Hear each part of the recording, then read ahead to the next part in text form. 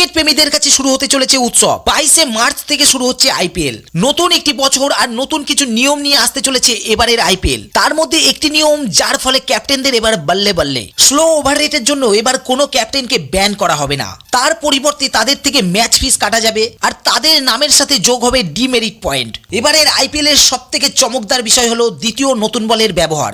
এবারের আইপিএল এর সন্ধ্যার ম্যাচগুলি দুটি নতুন বল নয়, তার পরিবর্তে তিনটি নতুন বলের ব্যবহার হবে। ডিউ ফ্যাক্টরের কথা মাথায় রেখে কোনো টিম যাতে অ্যাডভান্টেজ না পায়, সেকেন্ড ইনিংসের 10 ওভারের পর থেকে আম্পায়ার চাইলে দ্বিতীয় নতুন বল ব্যবহার করতে পারবে। হ্যাঁ, এমন নিয়ম ক্রিকেট ইতিহাসে প্রথমবার ঘটতে চলেছে এবার আইপিএল এ। আরো একটি নিয়মের পরিবর্তন করেছে বিসিসিআই। কোভিড এর পর থেকে যে বলে সালাইভা ব্যান করা হয়েছিল, সেই সালাইভাকে আবারও ফিরিয়ে আনা হলো। ক্রিকেট বলকে সাইনিং করার জন্য আবারও প্লেয়াররা বলে সালাইভা ব্যবহার করতে পারবে। এর ফলে বোলিংদের অনেকটাই হেল্প হবে, তারা রিভার্স সুইং করাতে সক্ষম হবে। এতগুলি নিয়মের পরিবর্তনের ফলে এবারের আইপিএল কি চমক দিতে পারবে? বন্ধুরা, এই সমস্ত নিয়মের ফলে কোন টিম বেশি অ্যাডভান্টেজ পাবে সেটি কমেন্ট বক্সে জানাতে ভুলবে না।